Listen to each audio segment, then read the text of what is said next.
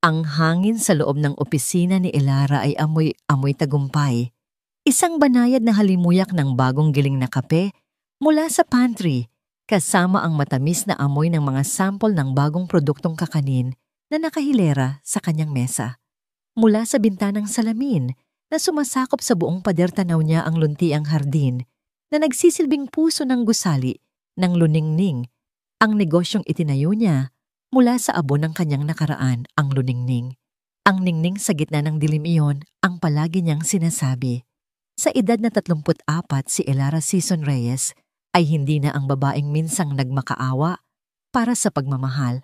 Ang kanyang kilos ay may bigat ng awtoridad, ang kanyang mga mata ay may talas ng isang taong nakakita na sa pinakamadilim na bahagi ng buhay at nagwagi. Nakasuot siya ng isang simpleng berdeng bestida na bumagay sa kanyang kumpiyansa. Bawat pirma niya sa mga dokumento sa kanyang harapan ay mabilis at desidido. Siya ang CEO at founder. Bawat sulok ng lugar na ito ay bunga ng kanyang pawis, luha at dugo. Biglang tumunog ang kanyang personal na telepono, isang pamilyar na himig na para lamang sa iisang tao. Tita Elena, basa niya sa screen. Isang maliit na ngiti ang sumilay sa kanyang mga labi. Ang kanyang Tita Elena, ang matigas na bato ng kanilang pamilya, ang babaeng hindi kailanman natakot sabihin ang katotohanan gaano man ito kasakit. Tita, napatawag po kayo. Sagot niya, ang kanyang boses ay malambing ngunit profesional pa rin. Narinig niya ang isang malalim na buntong hininga mula sa kabilang linya. Hindi ito magandang senyales. Elara Hija, umuupo ka ba? Kumunot ang noo ni Elara. Opo tita, nasa opisina po ako. May problema po ba? May balita ako at hindi ko alam kung paano sasabihin. Sagot ni Elena, ang boses ay may bahid ng pag-aalala at galit. Tungkol ito sa kanya. Hindi na kailangang pangalanan pa. Sa mundo ni Elara, iisa lang ang tinutukoy na siya. Ang multo ng nakaraan na matagal na niyang ibinaon. Si Leo. Automatikong nanigas ang kanyang panga. Ang panulat na hawak niya ay marahan niyang ibinaba. 5 taon. 5 taon na siyang malaya, 5 taon na payapa. Bakit ngayon pa? Anong tungkol sa kanya? Tita, tanong niya, pinipilit na panatilihing kalmado ang kanyang boses. Tumawag dito sa bahay. Hinanap ka. Sabi ko, wala ka na rito. Pero nagpumilit. Huminto si Elena, tila naghahanap ng tamang salita. Elara, ikakasal na si Leo. Isang salita, 4 na pantig. Ngunit para itong isang malakas na sampal na yumanig sa payapang mundo ni Elara. Hindi dahil sa sakit, kundi dahil sa gulat. Ikakasal. Ang lalaking sumira sa kanya, ang lalaking kumuha ng uha ng lahat ay magpapatuloy sa buhay na parang walang nangyari. Isang parte sa kanya ang gustong matawa sa kabalintunaan ng lahat. Ganoon po ba yun lang ang lumabas sa kanyang bibig? Isang malamig at walang emosyong tugon. Hindi lang yan, Hija, pagpapatuloy ni Elena. At ngayon ang galit sa boses nito ay hindi na maitago. Ang kapal ng mukha. Inaanyayahan kanya sa kasal. Gusto raw niyang ipakita sa iyo ang pasasalamat niya dahil tinulungan mo siyang magsimula. Doon na napuno si Elara. Ang pasasalamat, isang paanyaya, bigla ang hangin sa kanyang opisina ay parang nawala. Ang amoy ng tagumpay ay napalitan ng mapait na alaala. Ito ay hindi isang paanyaya. Ito ay isang pang-insulto, isang hamon. Huwag kang mag-alala, tita. Alam ko kung ano ito. Sabi ni Elara, ang kanyang boses ngayon ay may lamig na parang yelo. Salamat po sa pagtawag. Pagkababa ng telepono, nanatili siyang nakatitig sa kawalan. Ang mga numero sa spreadsheet sa kanyang harapan ay nagsimulang maglaho at ang kanyang isipan ay dinala siya pabalik sa isang lugar na matagal na niyang gustong kalimutan. 10 taon na ang nakalipas. Si Elara ay 24 na taong gulang, puno ng pangarap at pag-ibig na umaapaw. Ang kanilang apartment sa Maynila ni Leo ay maliit at masikip, ngunit para kay Elara ito ay isang palasyo. Bawat sulok ay puno ng pagmamahal o yon ang akala niya. Si Leo Valdez, matangkad matipuno at may ngiting kayang tunawin pati ang pinakamatigas na puso. Magaling siyang magsalita. Bawat salita ay pulot-pukyutan na bumabalot sa puso ni Elara. Noong una silang nagkakilala, sa isang party ng kaibigan naramdaman ni Elara na siya na ang pinakamaswerteng babae sa mundo. Ikaw ang reyna ko, Elara. Bulong nito sa kanya isang gabi habang yakap-yakap siya sa kanilang maliit na kama. Balang araw, ibibigay ko sa iyo ang buong mundo. At naniwala siya. Naniwala siya sa bawat pangako, sa bawat matamis na salita. Para sa kanya ang pag-ibig ay sapat na. Sapat na para tiisin ang lahat. Hiha, sigurado ka ba sa lalaking yan? Minsan ay tanong sa kanya ni Tita Elena nang umuwi siya sa Pampanga.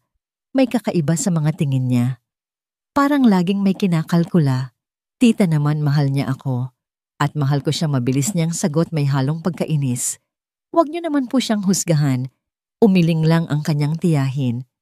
Ang pag-ibig na bulag, Elara, ay madalas na uuwi sa pagkadapa sa dilim. Hindi niya pinakinggan. Paano niya papakinggan kung sa tuwing kasama niya si Leo, pakiramdam niya ay nasa alapaap siya. Ibinigay niya ang lahat. Ang kanyang oras, ang kanyang lakas, ang kanyang sahod bilang isang ordinaryong empleyado sa isang kumpanya. Si Leo, ang humahawak ng kanilang pera. Mas magaling ako sa numero, mahal, sabi nito, at pumayag siya nang walang tanong. Ang unang taon ay parang isang panaginip. Ngunit unti-unti ang panaginip ay naging isang bangungot na hindi niya namalayan. Nagsimula ito sa maliliit na bagay. Mga pasaring tungkol sa kanyang pagluluto, mga komento tungkol sa kanyang mga kaibigan. Hanggang sa isang araw ang pinakamalaking issue ay lumitaw. Isang taon na tayo, Elara. Bakit hindi ka pa rin nabubuntis?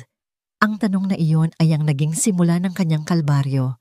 Ang pangarap nilang bumuo ng pamilya ay naging isang sandata na ginamit ni Leo laban sa kanya. Bawat buwan na dumadaan na walang nangyayari, lalong lumalamig ang pakikitungo nito. Bawat negatibong resulta ng pregnancy test ay parang isang hatol ng kabiguan na ipinapamukha sa kanya. Ang Elara ng nakaraan ay umiiyak sa banyo, sinisisi ang sarili. Ang Elara ng nakaraan ay nagmamakaawa sa Diyos, tinatanong kung ano ang mali sa kanya.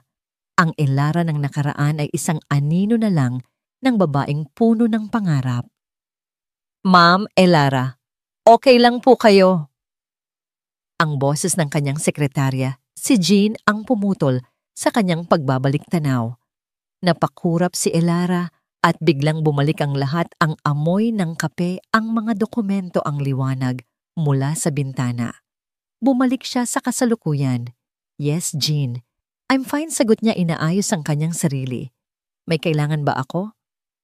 Pinapaalala ko lang po na may meeting kayo in 30 minutes with the marketing team, sabi ni Jean. At darating na po ang sundo ng mga bata. Ang mga bata. Parang isang mainit na kumot na yumakap sa kanyang puso, ang pag-iisip sa kanila, ang kanyang tatlong bituin, ang kanyang tatlong dahilan. Salamat, Jean. Pakisabi sa driver na hintayin ako. Ako na ang maghahatid sa kanila, pauwi, utos niya. Pagkaalis ni Jean, muling tumahimik ang opisina. Ngunit ngayon, ang katahimikan ay hindi na puno ng mapapait na alaala. Puno na ito ng isang bagong determinasyon. Tumayo si Elara at lumapit sa bintana, pinagmasdan ang hardin sa ibaba. Ang mga bulaklak ay namumukadkad, puno ng kulay at buhay, katulad niya. Mula sa lupang tigang ng sakit at pagtataksil, tumubo siya, lumago at namulaklak ng higit pa sa inaasahan ng lahat, lalo na ng inaasahan ni Leo. Ang paanyayang yon ay hindi para pasalamatan siya. Iyon ay para ipamukha sa kanya ang lahat ng wala siya at ang lahat ng mayroon na si Leo. Akala ni Leo na ang dadating sa kasal niya ay ang Elara na iniwan niya, wasak talunan at nag-iisa. Isang malamig na ngiti ang gumuhit sa mga labi ni Elara. Maling-mali ang akala ni Leo. habang naglalakad siya palabas ng kanyang opisina, papunta sa sasakyan, kung saan naghihintay ang kanyang 3 anak. Isang desisyon ang nabuo sa kanyang puso. Isang desisyon na kasing tigas ng diamante. Pupunta siya sa kasal na yon, ngunit hindi siya pupunta para magluksa sa nakaraan. Pupunta siya para harapin ito. Pupunta siya para ipakita kay Leo, kay Isabel, at sa buong mundo kung sino si Elara Sison Reyes.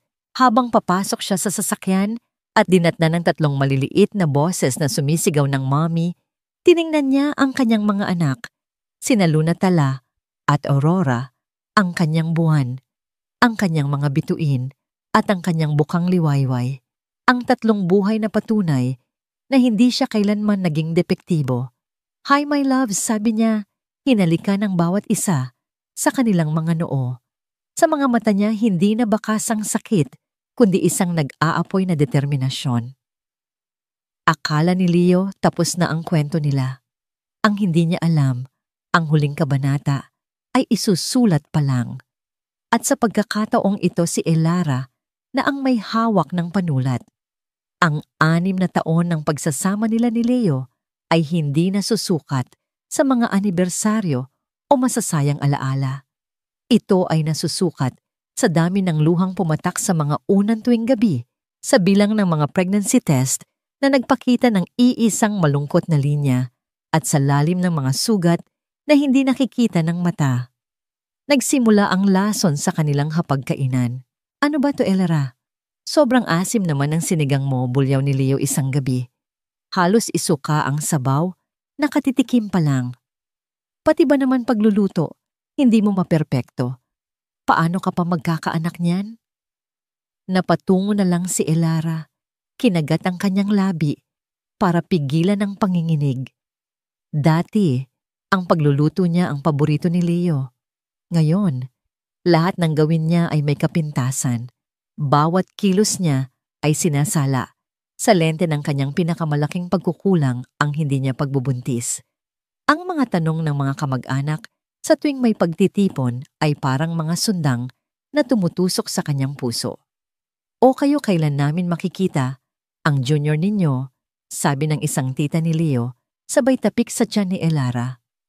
Ngumingiti lang si Elara nang pilit habang si Leo ay nagkikibit balikat na. Para bang sinasabing, "Huwag niyo akong tanungin. Siya ang problema."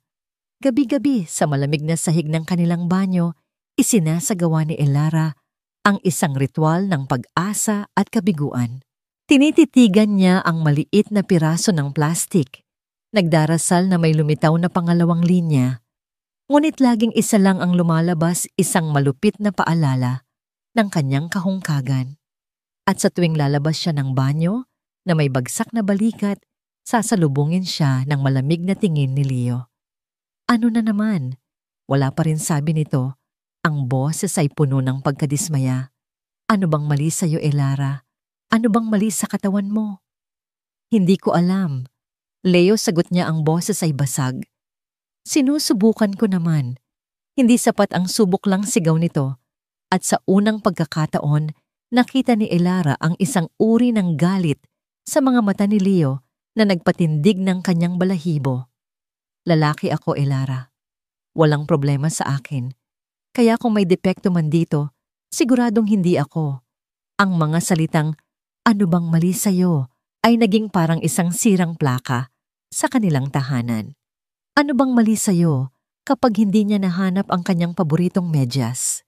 Ano bang mali sa'yo kapag tumawag ang isang kaibigan niya sa telepono at naistorbo ang panonood niya ng TV?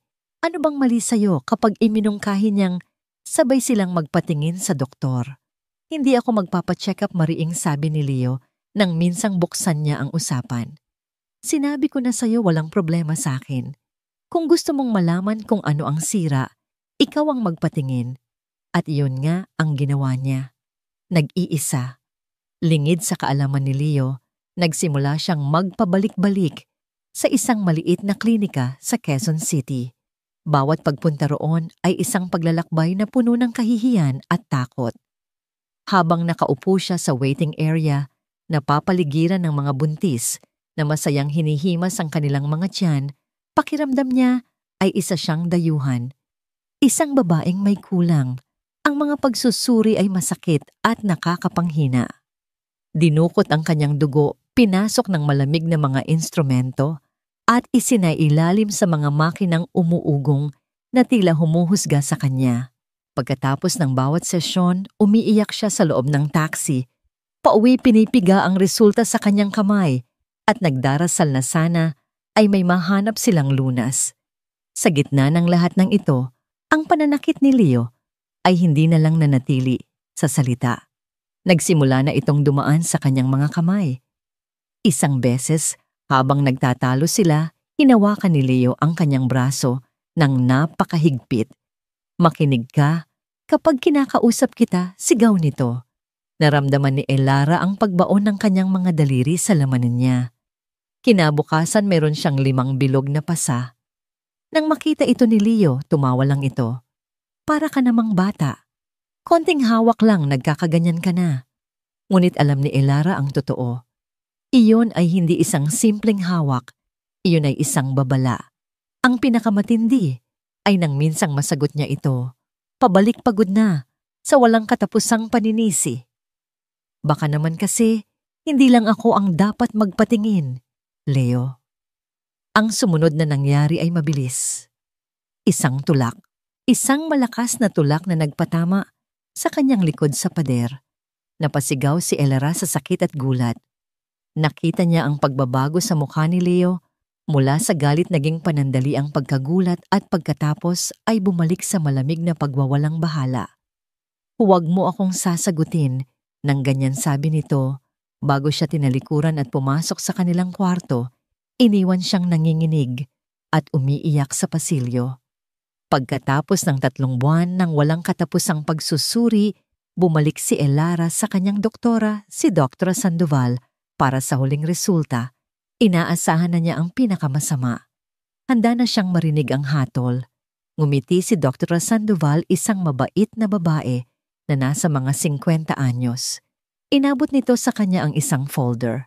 Mrs. Valdez, sabi nito sa malumanay na boses, I have good news. We've compiled all the results from your tests. Blood work, hormonal levels, ultrasound, HSG, everything. Huminga ng malalim si Elara, hinanda ang sarili. Lahat ng resulta ay nagpapakita na ikaw ay isang perpektong malusog na babae. Your eggs are healthy. Your fallopian tubes are clear. Your hormone levels are textbook perfect. Elara, sabi ng doktora, tinitingnan siya diretso sa mata. Walang kahit anong mali sa'yo. You are 100% fertile and healthy. Parang isang malaking bato ang nabunot mula sa dibdib ni Elara. Napahawak siya sa folder, nanginginig ang mga kamay. Luha ang bumalong sa kanyang mga mata. Ngunit sa pagkakataong ito, hindi dahil sa sakit, kundi dahil sa ginhawa. Isang matamis, napakatamis na ginhawa. Ngunit kasabay ng ginhawang yon ay isang malamig na takot na gumapang sa kanyang likuran. Kung walang mali sa kanya, nagmadali siyang umuwi ng bahay. Ang puso ay kumakabog sa halo-halong emosyon, ginhawa, pag-asa at kaunting takot. Ito na iyon. Ito na ang katibayan na kailangan nila para harapin ang problema ng magkasama. Nadatnan niya si Leo sa sala, nakaupo sa sopa at nanonood ng basketball. Ang mga paa ay nakapatong sa mesa. Leo, tawag niya, ang boses ay nanginginig sa pananabik. May balita ako. Galing ako sa doktor. O, sagot nito, hindi man lang inaalis ang tingin sa TV. Tingnan mo, sabi niya, inilapag ang folder sa kandungan nito. Ito na ang mga resulta. Sabi ng doktor, wala raw problema sa akin. Malusog ako, Leo. Malusog ako. Ibig sabihin kaya nating... Sa wakas, ibinaling ni Leo ang tingin nito. Hindi sa folder, kundi sa kanya. Isang tingin na walang bakas ng tuwa o interes, inis. Iyon ang nakita niya. Kinuha nito ang folder, binuklat, nang walang gana ang mga papel sa loob. Mga papel na naglalaman ng mga buwan ng sakit at pag-asa ni Elara. Pagkatapos ng ilang segundo, isinara nito ang folder. So tanong nito, ang boses ay mapanghamak. Anong so? Naguguluhang tanong ni Elara. Hindi mo ba naiintindihan? Ibig sabihin nito, baka ang problema ay hindi niya matapos ang sasabihin. Doon nagbago ang anyo ni Leo. Tumayo ito, ang mukha ay nabalot ng galit na hindi pa niya nakikita dati. Kinuha nito ang mga papel mula sa folder at sa harap mismo ng kanyang mga mata, pinunit-punit niya ito. Bawat punit ay parang isang punit sa kanyang puso. Tigilan mo ko sa kalokohan mo, Elara, sigaw nito. Ang boses ay umalingaw-ngaw sa kanilang maliit na apartment. Inihagis nito ang mga piraso ng papel sa mukha niya at ang mga ito'y lumipad pababa na parang mga sawimpalad na konfeti. Napaluhod si Elara sa sahig, hindi makapaniwala sa kanyang nakikita. Ang kanyang katibayan, ang kanyang pag-asa ngayon ay mga basura na lang sa kanyang paanan. Lumuhod si Leo. Sa harapan niya, hinawakan ang kanyang baba at pilit na itinaas para magkatinginan sila. Ang mga mata nito ay puno ng yelo. Ilang beses ko bang sasabihin sa'yo, bulong nito, bawat salita ay may diin. Ang problema nasa sayo at hanggat hindi mo yan inaamin, mananatili kang walang silbi. Noong gabing iyon sa sahig ng kanilang sala, sa gitna ng mga pira-pirasong papel ng kanyang pag-asa, naintindihan ni Elara. Hindi pamilya ang hanap ni Leo. Ang hanap niya ay isang taong masisisi. At habang tinitingnan niya ang lalaking minsan niyang pinangarap na makasama habang buhay, isang katotohanan ang tumatak sa kanyang isipan na mas masakit pa sa kahit anong pisikal na pananakit. Ang pag-ibig na inakala niyang isang palasyo ay isa palang kulungan. At siya ang bihag. Lumipas ang ilang linggo na tila yelo ang namamagitan kina Elara at Leo.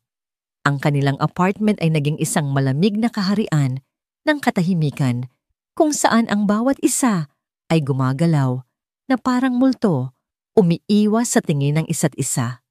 Si Elara ay nagluluto ng mga pagkain na halos hindi ginagalaw ni Leo. Naglalabas siya ng mga damit na isinusuot nito papunta sa mga lugar na hindi niya alam. Natutulog siya sa isang kama, na ramdam niya ang kalawakan sa kanilang pagitan. Nasanay na siya sa lamig. Ang hindi niya inaasahan ay ang biglaang pagbabago ng panahon. Isang gabi umuwi si Leo na may dalang hindi pamilyar na kislap sa kanyang mga mata. Isang kislap na matagal nang hindi nakikita ni Elara, ang kislap ng dating Leo na minahal niya. Elara, sabi nito, ang boses ay puno ng sigla. Hinubad nito ang sapatos at umupo sa tabi niya sa sopa, isang bagay na hindi na nito ginagawa. May sasabihin ako sa'yo, isang bagay na magbabago sa buhay natin. Nag-angat ng tingin si Elara, naguguluhan at maingat. Ano yon? May oportunidad, mahal, sabi ni Leo at hinawakan nito ang kanyang kamay. Ang init ng palad nito ay nagpadala ng kuryente sa buong katawan ni Elara. Napakagutom niya pala sa isang simpleng haplos. Si Damon, yung kaibigan ko, magbubukas ng high-end na car detailing shop. Alam mo na, yung para sa mga mamahaling sasakyan. Kinukuha niya akong partner. Ako ang magpapatakbo. Elara, ito na yon. Ito na ang sagot sa lahat ng problema natin. Ang puso ni Elara ay nagsimulang tumibok ng mabilis. Pag-asa. Isang maliit delikadong usbong ng pag-asa ang sumibol sa kanyang dibdib. Pero, paano? Wala tayong pera, Leo, mahina niyang sabi. Doon tiningnan siya ni Leo nang diretso sa mata, ang mga mata nito ay nangungusap ng aakit. Ikaw wala. Pero ako, alam kong meron ka. Natahimik si Elara. Alam niya kung ano ang tinutukoy nito. Ang 800,000 na nasa bangko sa ilalim ng kanyang pangalan. Ang perang iyon ay hindi lang basta ipon. Iyon ang huling pamana sa kanya ng kanyang yumaong ama.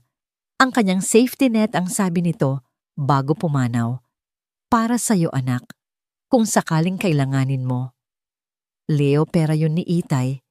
Nagsimula siyang mga tuwiran, ngunit pinutol siya nito. Alam ko, at alam kong para sa kinabukasan mo yun, malambing na sabi ni Leo. Pero isipin mo, Elara, ito ang kinabukasan natin. Hindi mo ba gustong umangat tayo sa buhay sawang-sawa na akong maging ordinaryong mekaniko lang. Gusto kong ibigay sa'yo ang buhay na nararapat sa'yo. Yung hindi na natin poproblemahin ang bayarin, yung makakain natin kahit saan natin gusto. Lumapit pa ito sa kanya, ang hininga ay mainit sa kanyang pisngi. At baka kapag hindi na ako masyadong stressed sa pera, mas makaka-focus na tayo sa pagbuo ng pamilya natin. Baka yun lang ang kulang, mahal, yung kapanatagan. Iyon ang mga salitang tumunaw sa lahat ng kanyang pagdududa. Ang pagbuo ng pamilya natin. Ang mga salitang yon ang kanyang kahinaan. Ang pangako ng isang masayang pamilya kasama si Leo ang nag-iisang pangarap na kumakapit pa sa kanyang wasak na puso. Narinig niya sa kanyang isipan ang boses ni Tita Elena. Mag-ingat ka sa mga salitang mas matamis pa sa pulot, Elara. Naramdaman niya ang sakit ng mga pasa sa kanyang braso, ang hapdi ng likod niya nang itulak siya nito sa pader. Ngunit ang lahat ng iyon ay natabunan ng desperadong pagnanais na maniwala. Isang huling pagkakataon, isang huling sugal. Magkano ang kailangan, tanong niya. At sa pagsabi niya noon, alam niyang talo na siya. Lahat mabilis na sagot ni Leo. Ang buong 800 zawan. Alam ko malaki, mahal, pero isipin mo. Babalik din yan sa atin. Triple pa. Ito na ang pagkakataon natin, Elera. Huwag na nating palampasin. Noong gabing iyon, habang si Leo ay nagsasalita, nang walang tigil tungkol sa kanilang magandang kinabukasan, may isang maliit na bahagi sa isip ni Elara na nag-udyok sa kanya na gawin ang isang bagay na hindi niya karaniwang gagawin. Habang nakayakap ito sa kanya at bumubulong ng mga pangako, marahan niyang kinuha ang kanyang cellphone sa bedside table. Binuksan niya ang voice recorder app at pinindot ang record, isang munting pag-iingat sa gitna ng kanyang bulag na pagtitiwala. Isang lihim na pag-amin sa sarili na baka kailanganin niya ng pruweba balang araw. Kinabukasan sa bangko, nanginginig ang mga kamay ni Elara habang pinipirmahan ang withdrawal slip. Ang teller ay tumingin sa kanya na may pagtataka. Sigurado po kayo, ma'am, malaking halaga po ito. Tumangulang siya, hindi makapagsalita. Habang binibilang ng makina ang pera, bawat tunog ay parang isang martilyo na pumupukpok sa kanyang dibdib. Inilagay niya ang makapal na bungkos ng pera sa isang malaking brown envelope at niyakap ito. Ito na ang lahat sa kanya. Ang alaala ng kanyang ama, ang kanyang seguridad, ang kanyang kinabukasan. At ibibigay niya ito lahat sa lalaking umaabuso sa kanya sa pag-asang mababago niya ito. Pag-abot niya ng sobre kay Leo, hinalikan siya nito sa noo. Salamat, mahal. Hindi mo pagsisisihan ito. Pangako. At sa unang ilang buwan, mukhang tutuparin nga ni Leo ang kanyang pangako. Ang Prestige Auto Works ay naging isang malaking tagumpay. Sa loob ng 6 na buwan ng negosyo, ay kumikita ng higit pa sa inaasahan nila. Si Leo ay naging abala, ngunit sa simula, naging mas mabait siya. May mga gabing umuuwi siyang may dalang bulaklak. Minsan niyayaya niya si Elara na kumain sa labas. At si Elara, sa bawat maliit na kabaitang yon, ay kumakapit iniisip na ito na ang simula ng kanilang pagbabago. Ngunit ang pera ay isang mapanganib na bagay. Binabago nito ang tao at binago nito si Leo sa isang halimaw na hindi na niya kilala. Nagsimula sa mga bagong damit, mga branded na polo na hindi niya alam kung saan galing. Sumunod ang isang mamahaling relos na kumikinang sa kanyang pulso. Pagkatapos ang amoy, isang pabango na hindi si Elara ang bumili. Ang mga late nights sa shop ay naging mas madalas. Ang mga tawag sa telepono ay sinasagot niya sa labas ng bahay. At isang pangalan ang palagi niyang naririnig na binabanggit ng mga empleyado ni Leo kapag dumadalaw siya sa shop. Isabel. Si Isabel ay ang bago niyang assistant, isang dalaga na mas bata kay Elara, may mahabang itim na buhok at mga tinging puno ng paghanga para kay Leo. At si Leo naman, sa harap mismo ni Elara, ay tila nag-iibang tao kapag nariyan si Isabel. Mas malakas ang tawa, mas mayabang ang tindig. Ang huling pako sa kabaong ng kanilang pagsasama ay dumating isang gabi, halos isang taon, matapos ibigay ni Elara ang pera. Umuwi si Leo na amoy alak at pabango ni Isabel. Hinarap siya ni Elara, hindi na para makipag-away, kundi para magmakaawa. Leo, anong nangyayari sa atin? Tanong niya ang mga luha ay nagbabadyang tumulo. Akala ko ba para sa atin ito? Tiningnan siya ni Leo mula ulo hanggang paa, isang tingin na puno ng pagkasuklam. Isang tingin na para siyang isang lumang gamit na kailangan ng itapon. Para sa atin, tumawa ito, isang tawang walang kagalakan. Elara, gumising ka nga. Nagbago na ang buhay ko. Nagbago na ako. Hindi na ako yung mekanikong basahan na pinakasalan mo. Pero yung puhunan ko, yung pera. Nauutal na, sabi ni Elara. Ngumisi si Leo, isang nangising malupit at walang puso. Ang 800,000, yun ba ang tinutukoy mong puhunan? Elara, bayad ko lang yun sa utang na loob mo sa akin dahil pinakasalan kita. Isipin mo na lang, yun ang bayad mo para sa apelyido ko. Gumuho ang mundo ni Elara. Ang sakripisyo niya, ang pamana ng kanyang ama, ang huling hibla ng kanyang pag-asa. Lahat ng yon para kay Leo ay isa lamang bayad utang. Isang kabayaran para sa karangalan na maging asawa niya. Noong gabing iyon, habang si Leo ay mahimbing na natutulog sa kanilang kama, si Elara ay nakaupo sa dilim ng kanilang sala, yakap-yakap ang sarili. Wala nang luhang lumalabas. Naubos na. Ang naroon na lang ay isang nakakabinging katahimikan at ang malamig, matigas na katotohanan. Ang puhunan niya ay hindi para sa isang negosyo. Ito ay bayad para sa isang napakamahal na leksyon. Ang pagtatapos ay hindi dumating na parang isang biglaang pagsabog. Ito ay dumating na parang isang mabagal na pagkabulok, isang amoy na matagal nang kinikimkim ni Elara sa loob ng kanilang tahanan hanggang sa isang araw, hindi na niya ito matagalan. Ang araw na yon ay isang Huwebes. Naaalala pa ni Elara ang bawat detalye. Nagpaalam siya ng maaga sa opisina, bit-bit ang isang supot ng pinamili mula sa palengke. Plano niyang ipagluto si Leo ng paborito nitong kare-kare. Isang desperadong pagtatangka, isang huling subok na ibalik ang kahit kapirasong anino ng lalaking minsan niyang minahal. Naisip niya baka sa pamamagitan ng lasa ng pamilyar na pagkain, maalala nito ang simula, ang mga panahong simple pa ang lahat. Habang papalapit siya sa pinto ng kanilang apartment, ang susi ay nanginginig sa kanyang kamay. Narinig niya ito. Mga boses. Boses ni Leo, malakas at masaya. At isa pang boses. Boses ng isang babae. Isang halakhak na tila isang patalim na direktang tumusok sa kanyang tainga. Si Isabel. Nabitawan ni Elara ang hawak niyang supot. Ang mga gulay, sitaw, talong puso ng saging ay gumulong sa maruming sahig ng pasilyo na parang mga basag na pangarap. Nanatili siyang nakatayo roon, nagyayelo, hindi makagalaw. Ang pinto ay bahagyang nakaawang sapat lang para marinig niya ang usapan sa loob. Nakakatawa ka talaga, Leo, sabi ni Isabel. Ang boses ay malandi at puno ng panunukso. Paano mo natitiis na umuwi pa sa baog na, yon gabi-gabi baog? The word echoed in the hallway, bouncing off the concrete walls and straight into Elara's heart. Narinig niya ang malutong na tawa ni Leo. Isang tawa na minsan ay musika sa kanyang pandinig, ngunit ngayon ay tunog ng isang demonyo. Tiyaga lang, babe.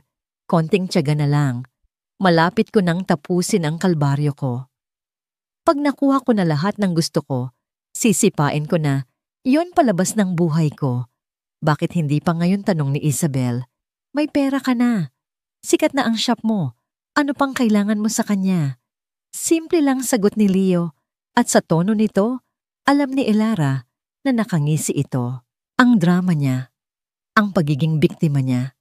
Kapag iniwan ko siya ngayon, baka mag-eskandalo. Baka habulin niya yung 800,000 Monday na binigay niya. Kailangan kong gawin ito ng malinis. Kailangan kong palabasin na siya ang may kasalanan. Siya ang sumuko para kapag umalis siya dala niya ang kahihiyan, hindi ang pera ko. Matalino ka talaga humahangang, sabi ni Isabel. Kaya mahal na mahal kita eh. Narinig ni Elara ang tunog ng mga halik. Mabilis, mapusok, at pagkatapos katahimikan. Hindi alam ni Elara kung gaano siya katagal nakatayo roon. Ang kanyang mga binti ay nangangalay, ngunit hindi niya maramdaman. Ang tanging nararamdaman niya ay ang pagguho ng lahat sa loob niya. Ang puso niya, ang kaluluwa niya, ang natitirang hibla ng kanyang pagkatao, lahat ay nadudurog nagiging abo. Dahan-dahan siyang tumalikod, pinulot isa-isa ang mga gulay na nagkalat. Pumasok siya sa kanyang kotse na nakaparada sa labas at umupo roon. Walang luha. Wala nang mailuluha pa. Ang naroon lang ay isang nakakabinging kawalan. Doon sa loob ng luma niyang sasakyan, namatay ang dating Elara. Ang babaeng mapagmahal, maunawain at puno ng pag-asa ay naglaho. Ang naiwan ay isang baso na puno na at isang maling galaw na lang ay aapaw na. Pagkalipas ng 2 oras nang mahimasmasan siya, bumalik siya sa apartment. Si Leo na lang ang nandoon nakaupo sa sopa, nanonood ng TV na para bang walang nangyari. "Oh, nandyan ka na pala," sabi nito, hindi man lang siya tiningnan. "Anong hapunan?" Hindi sumagot si Elara. Dumiretso siya sa kusina, inilapag ang mga pinamili at nagsimulang magluto. Nagluto siya ng kare-kare. Ang pinakamasarap na kare-kare na kaya niyang gawin. Bawat hiwa ng gulay, bawat halo sa sarsa ay ginawa niya ng may perpektong kontrol habang pinapanood niyang kumain si Leo. Habang sinasabi nitong, "Masarap to ah." Sa wakas, may tinamaka rin isang malamig na kapayapaan ang bumalot kay Elara. Ang kapayapaan ng isang taong alam na tapos na ang laban. 3 araw ang lumipas. Umuwi si Leo mula sa trabaho, hindi na nag-abala pang magtanggal ng sapatos. Nakita niya si Elara na naghuhugas ng mga plato sa lababo. Walang sabi-sabi, inihagis niya ang isang brown envelope sa mesa sa kusina. Gumawa ito ng malakas na kalabog. "Pirmahan mo yan," utos nito. Ang boses ay malamig at walang emosyon. "Ano to?" tanong ni Elara, kahit alam na niya ang sagot. Dahan-dahan siyang lumingon, ng kamay ay basa pa at may bula. "Divorce papers," sabi ni Leo. "Ayoko na, Elara. Suko na ako." Hindi na to gumagana. Hindi na to gumagana.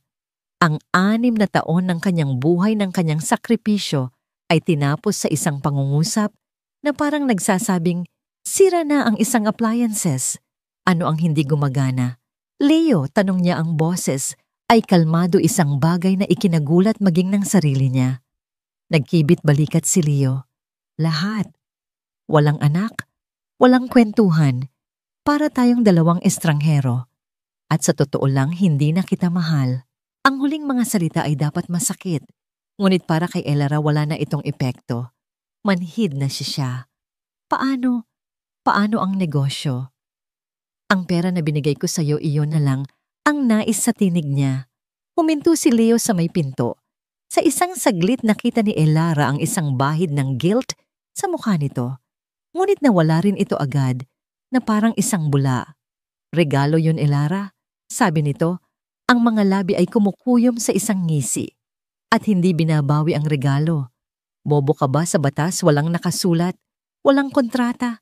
Nagbigay ka dahil gusto mo. Tanga ka, hindi ako." Doon, sa salitang tanga, isang bagay ang pumutok sa loob ni Elara.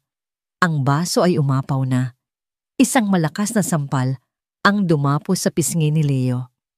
Ang tunog ay umalingaw-ngaw sa buong apartment. Napahawak si Leo sa kanyang pisngi, ang mga mata ay nanlalaki sa gulat. Hindi niya inaasahan ito. Hindi mula sa maamo at tahimik na si Elara. "Hayop ka, pabulong," na sabi ni Elara. Ang mga mata ay nag-aapoy sa galit na matagal niyang kinimkim. "Kinuha mo ang lahat sa akin. Ang pera ko, ang mga taon ko, ang dignidad ko. Hayop ka." Ang gulat sa mukha ni Leo ay napalitan ng purong galit. "Sumasagot ka na ngayon, Sigaw nito. Itinulak niya si Elara ng malakas. Natumba si Elara, ang ulo ay tumama sa gilid ng mesa sa kusina. Naramdaman niya ang isang matalas na sakit at pagkatapos ay ang mainit na likido na dumadaloy sa kanyang sentido. Dugo. Nakatayo lang si Leo, tinitingnan siya mula sa itaas ang dibdib, ay umaalon sa galit. Pirmahan mo ang mga papel. Sabi nito, ang boses ay mas malupit pa kaysa dati. Umalis ka sa pamamahay ko at huwag na huwag ka nang magpapakita sa akin. Dahil sa susunod na makita kita, sisiguraduhin kong sa ospital ka napupulutin. Tinalikuran siya nito at lumabas ng apartment. Isinara ang pinto ng malakas na halos yumanig ang buong gusali. Naiwan si Elara na nakahandusay sa sahig ng kusina. Ang dugo ay tumutulo sa puting tiles. Dahan-dahan niyang hinawakan ang kanyang ulo. At nang tingnan niya ang kanyang kamay, nakita niya ang matingkad na pula. Sa sandaling iyon, sa gitna ng sakit at pagdurugo, hindi na hinanakit ang naramdaman niya. Paglaya. Ito na ang kanyang paglaya. Dugo ang naging bayad, ngunit sa wakas malaya na siya. Tumayo siya kahit masakit ang katawan. Kumuha siya ng basahan at pinunasan ang sarili niyang dugo sa sahig. Pagkatapos kinuha niya ang ballpen at pinirmahan ang mga papel ng diborsyo nang hindi na binabasa. Kinabukasan habang si Leo ay wala, inimpake niya ang lahat ng kanyang gamit sa ilang karton. Ang damit, ang iilang libro at ang lumang litrato ng kanyang mga magulang. Habang isinasara niya ang pinto ng apartment sa huling pagkakataon, wala siyang naramdamang lungkot. Wala nang natira sa kanya. Walang pera, walang asawa, walang tahanan, walang anak. Ngunit sa kanyang pag-alis, dala niya ang isang bagay na mas mahalaga. Isang pangako sa sarili. Hindi na siya muling magiging biktima. Ang babaeng lumabas sa pintong iyon ay hindi na ang Elara na pumasok. Ang aalis ay isang babaeng nasugatan, ngunit hindi sumuko. Isang babaeng handang sunugin ang kanyang nakaraan para lang makapagsimula ng panibagong apoy. Ang biyahe mula Maynila, pabalik ng Pampanga, ay tila isang paglalakbay sa ibang dimensyon. Ang matatayog na gusali at maingay na trapiko ay dahan-dahang napalitan ng malalawak na bukirin na luntian sa sikat ng hapon at ng mga puno ng akasya na nakahilera sa gilid ng kalsada. Para kay Elara, ang bawat kilometrong nilalakbay palayo sa syudad ay isang kilometrong paglayo sa kanyang bangungot. Ang kanyang lumang kotse na puno ng mga karton na naglalaman ng mga pira-pirasong labi ng kanyang nakaraang buhay ay umuugong na tila pagod na rin. Sa bawat pag-ugong nito, nararamdaman niya ang bigat ng kanyang kabiguan. Sa edad na 30, dapat sana ay nagpapatatag na siya ng sariling pamilya. Ngunit heto siya pauwi sa bahay ng kanyang ina, talunan wasak at walang-wala. Pagpasok niya sa maliit na kalsada, papunta sa kanilang bahay sa bayan ng Stanrita, isang pamilyar na kirot ang kumurot sa kanyang dibdib. Ang lahat ay pareho pa rin ang mga bahay na may malalaking bintanang kapis, ang mga batang naglalaro ng tumbang preso sa daan, ang amoy ng nilulutong pagkain na lumalabas mula sa mga kusina. Ngunit siya ay nagbago na. Ang dalagang umalis dito, 6 na taon na, ang nakalipas na puno ng pag-asa, ay hindi na ang babaeng nagbabalik ngayon. Ipinark niya ang kotse sa tapat ng kanilang bahay, isang lumang istilong bahay na bato na minana pa sa kanyang mga lolo't lola. Sa tabi nito ay ang nakasaradong kainan, ang kusina ni Elena na dating buhay na buhay at dinarayo. Ngayon, ang pintura nito'y tuklap-tuklap na, ang mga bintana'y maalikabok, at ang karatulang kahoy ay kupas na isang malungkot na monumento ng masayang nakaraan. Bumaba siya ng sasakyan at naramdaman niya ang panunuyo ng kanyang lalamunan. Paano niya haharapin ang kanyang ina? Paano niya aaminin ang kanyang pagkatalo? Hindi na niya kailangang mag-isip pa. Ang pinto ng bahay ay bumukas at mula roon ay lumabas si Aling Teresita, ang kanyang ina. Ang dating matipunong babae ay tila lumiit, ang kanyang buhok ay mas marami ng puti at ang kanyang paglakad ay marahan na. Sa likod nito ay si Tita Elena, ang kapatid ng kanyang ina, na may matatalim pa ring mga mata ngunit may bakas ng pag-aalala. "Elara anak," sabi ni Aling Teresita, ang boses ay nanginginig. Hindi na napigilan ni Elara. Ang lahat ng sakit, kahihiyan at pagod na kinimkim niya sa loob ng ilang araw ay bumuhos. Tumakbo siya at niyakap ang kanyang ina, at doon sa balikat nito, humagulgol siya na parang isang batang nawawala. "Patawad." "Nay, patawad po," paulit-ulit niyang sabi sa gitna ng kanyang mga hikbi. Hinaplos ni Aling Teresita ang kanyang likod. "Shh! Wala kang dapat ihingi ng tawad, anak. Ang mahalaga, nakauwi ka na. Ligtas ka na." Tumingin sa kanya si Tita Elena, at sa halip na sermon, isang malungkot na pag-unawa ang nakita niya sa mga mata nito. "Halika na sa loob. Pagod ka sa biyahe." Ang mga sumunod na araw ay malabo para kay Elara. Ginugol niya ang mga ito sa loob ng kanyang lumang silid na kahiga, sa kama, nakatitig sa kisame. Ang mga anino ng mga puno sa labas na gumagalaw sa dingding ay tila mga multo ng kanyang mga kabiguan. Tumanggi siyang kumain. Halos hindi siya nagsasalita. Ang kanyang katawan ay nasa Pampanga, ngunit ang kanyang isip at kaluluwa ay naiwan sa sahig ng kusina sa Maynila, basang-basa sa sarili niyang dugo. Isang hapon, pumasok si Tita Elena sa kanyang kwarto, dala ang isang mangkok ng mainit na arroz caldo. "Kakain ka, Elara." Sa ayaw at sa gusto mo, sabi nito, sa tonong hindi tumatanggap ng pagtutol. "Wala po akong gana, tita." "Wala akong pakialam," matigas na sagot nito. Umupo ito sa gilid ng kama. "Makinig ka, Hija. Oo, nasaktan ka. Oo, niloko ka. Oo, kinuha niya ang lahat. Pero hindi pa katapusan ng mundo. Ang pag-iyak at pagmumukmok dito ay hindi magbabalik ng pera mo o ng mga tao na sinayang mo. Ang tanging ginagawa niyan ay binibigyan mo pa rin siya ng kapangyarihan sa'yo." Ang mga salitang yon ay tumagos sa pader ng kalungkutan na itinayo ni Elara sa kanyang paligid. "Tumayo ka dyan," utos ni Tita Elena.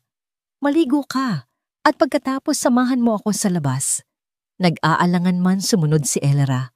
Pagkatapos maligo, nadatnan niya ang kanyang tiyahin sa beranda nakatingin sa nakasaradong kainan. "Tingnan mo yan," sabi ni Elena. "Ang lugar na ito ang bumuhay sa pamilya natin. Ang nanay mo bago siya nagkasakit at tuluyang nawalan ng gana ay ang pinakamagaling na kusinera sa buong Pampanga. Ang puso niya ay nasa loob ng mga pader na yan." Huminto ito at tumingin kay Elara. "Nang mamatay ang tatay mo, gumuho ang mundo ng nanay mo. Isinara niya yan. Isinara niya ang puso niya. Huwag mong hayaang gawin din yan sa'yo ng isang walang kwentang lalaki." Ang paghahambing na yon ay nagpagising kay Elara. Nakita niya ang sarili sa kanyang ina, dalawang babaeng sinira ng pagkawala. Habang nakatayo sila roon, isang pickup truck ang huminto sa tapat nila. Mula roon ay bumaba ang isang lalaki. Matangkad ito, nakasuot ng simpleng puting t-shirt at maong may dalang kamera na nakasabit sa kanyang leeg. Ang kanyang mga mata ay may kakaibang lalim at kabaitan. "Magandang hapon po," bati nito, isang magalang na ngiti sa kanyang mga labi. "Ako po si Marco Reyes. Isa po akong arkitekto. Dito po ba ang dating kusina ni Elena?" "Oo, kami nga," sagot ni Tita Elena. "Bahagyang tinaasan ito ng kilay. Anong kailangan mo dito? Sarado na ito." "Alam ko po," sabi ni Marco. Ang tingin ay lumipat mula sa kainan papunta kay Elara at nanatili roon ng ilang segundo. "Part po ako ng isang proyekto na nagdodokumento at tumutulong na i-revive ang mga heritage sites dito sa Pampanga. At itong lugar nyo, may kaluluwa po ito. Sayang kung pababayaan lang." Bumaba ang tingin ni Elara sa sarili. Nakasuot lang siya ng lumang duster, ang kanyang buhok ay magulo at ang kanyang mga mata ay maga pa sa kaiiyak. Nahiya siya. Gaya ng sabi ko, sarado na kami, malamig na sabi ni Elara. At akmang tatalikod na. Naiintindihan ko, mabilis na sabi ni Marco. Pero, kung papayagan niyo lang po, gusto ko sanang kunan ng litrato para maidokumento man lang. Ang ganda po kasi ng pundasyon, kitang-kita na matibay. Nagkatinginan si Elara at Tita Elena. May kung anong sinseridad sa boses ng lalaki na mahirap tanggihan. Sige, pumayag si Tita Elena. Basta't sa labas ka lang. Tumango si Marco at nagsimulang kumuha ng mga litrato mula sa iba't ibang anggulo. Habang ginagawa niya ito, hindi napigilan ni Elara na pagmasdan siya. Ang kanyang mga kilos ay puno ng respeto na para bang kinakausap niya ang lumang gusali. Paminsan-minsan sumusulyap ito sa direksyon niya at sa tuwing magtatama ang kanilang mga mata, isang munting ngiti ang binibigay nito bago muling ibalik ang atensyon sa kamera. Pagkatapos ng halos kalahating oras, lumapit muli si Marco. Maraming salamat po sa pagkakataon. Tumingin ito kay Elara. Alam niyo po, ang mga gusaling ganito, parang mga tao rin. Minsan kailangan lang nilang maramdaman na may nagmamalasakit pa sa kanila para manumbalik ang kanilang dating ganda at tibay. Ang mga salitang yon ay tumama kay Elara nang hindi niya inaasahan. Hindi ito tungkol sa kainan. Tungkol ito sa kanya. Ang pundasyon ng lugar na ito ay napakatibay, pagpapatuloy ni Marco na tila hindi namamalayan ang epekto ng kanyang mga salita. Kailangan lang nitong mahalin muli. Bago siya umalis, iniwan ni Marco ang kanyang calling card. Kung sakaling magbago po ang isip ninyo tungkol sa pag-revive ng lugar, nandito lang po ako para tumulong. Nang gabing iyon, sa unang pagkakataon, sa loob ng maraming araw, lumabas si Elara sa beranda at tinitigan ang abandonadong kainan. Inalala niya ang mga salita ni Marco. Ang pundasyon ay napakatibay. Kailangan lang nitong mahalin muli. Sa ilalim ng liwanag ng buwan sa tabi ng mga guho ng nakaraan ng kanyang pamilya, isang maliit na binhi ang itinanim sa puso ni Elara. Hindi pa ito pag-asa, hindi pa rin ito pangarap. Ito ay isang simpleng tanong na umalingaw-ngaw sa kanyang isipan. Paano nga ba magmahal muli? Ang calling card ni Marco Reyes ay nanatili sa ibabaw ng maliit na mesa sa sala sa loob ng 1 linggo. Para itong isang pinto na hindi alam ni Elara kung handa na ba siyang buksan. Bawat araw tinititigan niya ito, nag-iisip, nag-aalinlangan. Ngunit sa bawat araw ding lumilipas ang mga salita nito, ay pauli-ulit na tumatakbo sa kanyang isipan, kailangan lang nitong mahalin muli. Isang umaga ginising siya nang amoy ng bagong lutong bibingka. Paglabas niya ng kwarto, nakita niya ang kanyang ina, si Aling Teresita na nasa kusina, marahang hinahalo ang galapong sa isang malaking mangkok. Ito ang unang pagkakataon sa loob ng maraming taon na nakita niyang muling nagluluto ang ina ng may sigla. Napanaginipan ko ang itay mo kagabi, sabi ni Aling Teresita nang hindi lumilingon. Sabi niya, Teresita, gutom na ako sa bibingka mo. Kaya heto, umupo si Elara sa hapag. Pinanood niya ang mga kamay ng kanyang ina, mga kamay na minsan ay kayang lumikha ng mahika mula sa simpleng harina at gata. At sa sandaling iyon, isang ideya ang biglang pumasok sa kanyang isipan. Isang ideya na nakakatakot, ngunit kasabay nito'y nakakapagpasigla. Nay mahina niyang sabi, paano kung bubuksan natin ulit ang kainan, huminto sa paghahalo si Aling Teresita, at lumingon sa kanya ang mga mata nito ay may halong gulat at lungkot. Anak, matanda na ako. Wala na akong lakas para dyan. Hindi po kayo ang magpapatakbo mabilis, na sabi ni Elara. Ako po. Ituturo niyo sa akin lahat. Lahat ng sikreto ninyo sa pagluluto. Pero hindi po natin ibebenta ang mga dati. Gagawa tayo ng bago. Kinuha ni Elara ang calling card ni Marco. Bago pa siya magdalawang isip, tinawagan niya ito. Mr. Reyes, si Elara Valdez po ito. Ay season po pala pagtatama niya sa sarili. At sa simpleng pagbawi na yon, naramdaman niya ang isang maliit na paglaya. Tungkol po doon sa alok ninyo. Gusto ko po sanang makipag-usap. Nagkita sila kinabukasan sa mismong harap ng lumang kainan. Dala ni Marco ang isang rolyo ng mga plano at isang sketchbook. Si Elara naman dala ang isang notebook na puno ng mga ideya.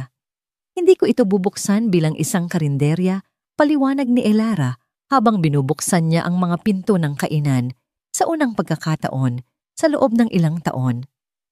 Ang amoy ng alikabok at lumang kahoy ang sumalubong sa kanila.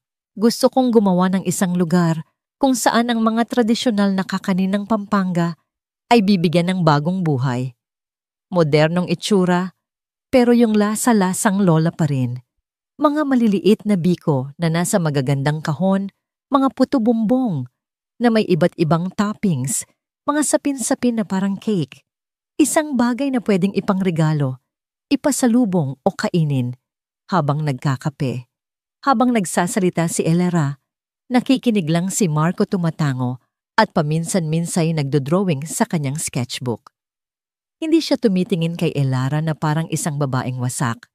Tinitingnan siya nito na parang isang visionary. Gusto ko ang ideya mo, sabi ni Marco pagkatapos. Isang tulay sa pagitan ng nakaraan at ng kasalukuyan.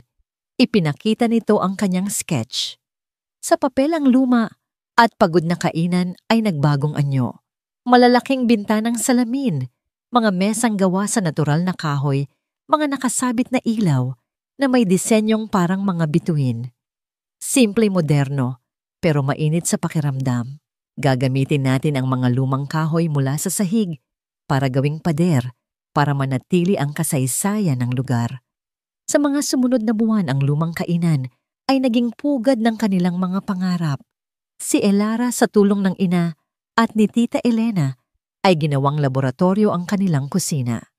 Sinubukan niya ang daan-daang recipe, minsan ay umuuwi sa kabiguan, minsan naman ay sa tagumpay. Natutunan niya ang tamang lapot ng gata, ang perpektong luto ng malagkit, at ang sikreto sa likod ng masarap na latik. Si Marco naman ay naging regular na bisita. Ngunit hindi lang siya arkitekto. Siya ay naging karpintero-pintor at tagabuhat. Sabay nilang kinaskas ang mga lumang pintura, nilinis ang mga bintana, at itinayo ang mga bagong pader. Sa gitna ng alikabok at ingay ng martilyo, isang kakaibang koneksyon ang nabuo sa pagitan nila. Hindi ito tulad ng naramdaman niya para kay Leo. Walang nakakasilaw na pagnanasa, walang matatamis na pangakong walang laman. Ang namamagitan sa kanila ni Marco ay isang tahimik na pag-unawa. Nag-uusap sila tungkol sa mga pangarap, sa mga takot, sa mga aklat na nabasa nila. Nalaman ni Elara na si Marco ay tulad niya rin sinubok ng buhay. Maagang nawalan ng mga magulang at mag-isang itinaguyod ang sarili. Bakit mo ginagawa ito, Marco? Minsan ay tanong ni Elara habang sabay silang nagkakape sa labas ng ginagawang kainan. Hindi mo naman ako sinisingil ng tama. Ngumiti si Marco at tumingin sa kanya dahil naniniwala ako sa proyektong ito at naniniwala ako sa iyo, Elara. Nakita ko kung paano ka bumangon. Ang tapang mo, hindi mo lang alam. Ang mga salitang iyon ay mas tumatak pa sa puso ni Elara kaysa sa kahit anong mahal kita na narinig niya kay Leo. Dumating ang araw na malapit nang matapos ang lahat. Ang karatula ay ikakabit na. Ano ang ipapangalan natin dito? Tanong ni Marco. Napatingin si Elara sa loob. Ang lugar ay maliwanag at kaakit-akit. Ang mga ilaw na parang bituin ay nagbibigay ng isang mahikang sinag. Luningning sagot niya. Dahil ito ang ningning ko sa gitna ng dilim. Ang luningning ay nagbukas sa isang simpleng Sabado ng umaga. Walang grand opening, mga kaibigan at kapitbahay lang ang imbitado. Ngunit sa pagtatapos ng araw, ubos ang kanilang paninda. Ang mga tao ay bumalik nagdala ng mga kaibigan at ang balita tungkol sa masasarap at magagandang kakanin ng luningning ay kumalat na parang apoy sa buong bayan. Naging abala si Elara. Mga araw na nagsisimula bago sumikat ang araw at nagtatapos sa hating gabi. Ngunit ito ay isang pagod na may kasamang saya. Bawat kahon ng kakanin na ibebenta niya ay isang patunay na kaya niya. Kaya niyang tumayo sa sarili niyang mga paa. Si Marco ay palaging naroon, hindi bilang arkitekto, kundi bilang isang kaibigan. Minsan tutulong siyang mag-serve ng kape. Minsan uupo lang siya sa isang sulok nagmamasid na may ngiti sa kanyang mga labi. Isang gabi, pagkatapos ng isang napakaabalang araw, habang nagliligpit silang dalawa, nagsalita si Marco. Elara, sabi nito, ang boses ay seryoso. Alam kong maaga pa. Alam kong marami kang pinagdaanan. Pero kailangan kong sabihin, huminga ito ng malalim. Gusto kitang yayain lumabas, hindi bilang kliyente o kaibigan, bilang kung anuman ang maaari nating kahantungan. Nabitawan ni Elara ang hawak niyang basahan. Natakot siya. Ang pinto na matagal nang sarado sa kanyang puso ay may kumakatok. At sa unang pagkakataon, hindi niya gustong itulak ito palayo. Tumingin siya kay Marco sa kanyang mabait na mga mata, sa kanyang tapat na ngiti, sa lalaking nakakita sa kanya sa kanyang pinakamasamang kalagayan, ngunit piniling makita ang kanyang pinakamagandang potensyal. Gusto ko yan, Marco, sagot niya. At ang oo na yon ay mas totoo at mas buo kaysa sa oo na sinabi niya sa altar 6 na taon na ang nakalipas. Gusto ko yan. At sa ilalim ng mga ilaw na parang bituin ng luningning, sa gitna ng amoy ng bagong lutong kakanin at bagong pag-asa, nagsimula ang isang bagong kabanata. Isang kabanata na hindi isinulat sa mga kasinungalingan at sakripisyo, kundi sa katotohanan, respeto at isang pag-ibig na dahan-dahang nagpapahilom sa lahat ng sugat. Ang pag-ibig ni Elara at Marco ay hindi isang naglalagablab na apoy. Ito ay isang mainit na baga na dahan-dahang nagbibigay liwanag at init tinutunaw ang anumang yelong natira sa puso ni Elara. Ang kanilang mga date ay simple lang. Minsan ito ay paglalakad sa tabing bukid habang papalubog ang araw. Minsan ito ay pagbisita sa mga lumang simbahan sa Pampanga na kinukunan ni Marco ng litrato. Kadalasan ito ay sa luningning mismo pagkatapos magsara, kung saan sabay silang nagkakape habang nagkukwentuhan tungkol sa araw na nagdaan. Kay Marco, natutunan ni Elara ang kahulugan ng isang tunay na partner. Hindi siya nito pinipigilan. Sa halip siya pa ang nagtutulak sa kanya na abutin ang mas mataas. May tumawag mula sa isang food bazaar sa Maynila Balita ni Elara isang araw, may halong kaba at pananabik. Iniimbita nila ang luningning na magkaroon ng booth. Kung gayon, ano pang hinihintay natin na kangiting, sabi ni Marco. Panahon na para makita ng Maynila kung ano ang kaya mong gawin. Ang dating syudad na simbolo ng kanyang kabiguan ay naging entablado ngayon ng kanyang tagumpay. Ang booth ng luningning sa bazaar ay naging isang instant hit. Dinumog ito ng mga food blogger, mga social media influencer, at mga ordinaryong tao na naakit sa ganda at sarap ng kanyang mga produkto. Ang kanyang mga kakanin na nakalagay sa mga eleganteng bayong packaging na dinisenyo ni Marco ay naging usap-usapan. Mula roon, dumaloy ang mga oportunidad. Mga order mula sa mga malalaking kumpanya para sa mga corporate giveaways, mga alok na mag-supply sa mga high-end na coffee shop sa Makati at BGC. Ang luningning ay hindi na lang isang maliit na tindahan sa Pampanga. Ito ay nagiging isang pambansang brand. Kinailangan ni Elara na kumuha ng mas maraming tauhan at palakihin ang kanyang kusina. Siya na ngayon ang CEO ng isang lumalagong negosyo, isang bagay na hindi niya kailanman pinangarap. Sa gitna ng lahat ng tagumpay na ito, nanatiling matatag ang kanyang relasyon kay Marco. 6 na buwan, pagkatapos ng kanilang unang date, habang sabay silang nakaupo sa bubong ng luningning, pinapanood ang mga bituin, nagsalita si Marco. Elara, sabi nito, kinukuha ang kanyang kamay. Noong una kitang makita, nakita ko ang isang gusaling may matibay na pundasyon pero wasak ang labas.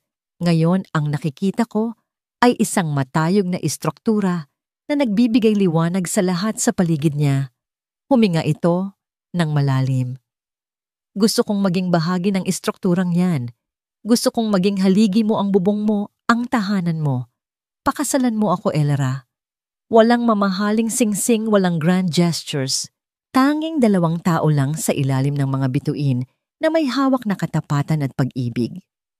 Oo, sagot ni Elara. At ang mga luha na pumatak mula sa kanyang mga mata ay purong kaligayahan. Oo, Marco. Oo. Ang kanilang kasal ay simple, ngunit puno ng kahulugan. Ginanap ito sa hardin sa likod ng Luningning, ang lugar kung saan nagsimula ang lahat. Ang mga bisita ay iilan lang ang kanilang pamilya at malalapit na kaibigan.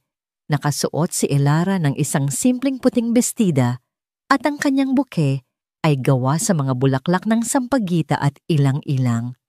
Habang naglalakad siya patungo kay Marco na nakangiting naghihintay sa kanya, nakita niya ang kanyang ina na umiiyak sa isang tabi mga luha ng tuwa. Sa wakas, ang kanyang anak ay buo na muli. Ang unang taon ng kanilang pagsasama bilang mag-asawa ay mas matamis pa sa kahit anong matamis na kakanin na niluluto ni Elara. Ngunit may isang maliit na anino ng takot na nananatili pa rin sa isang sulok ng kanyang isipan. Paano kung hindi pa rin ako magkaanak, Marco?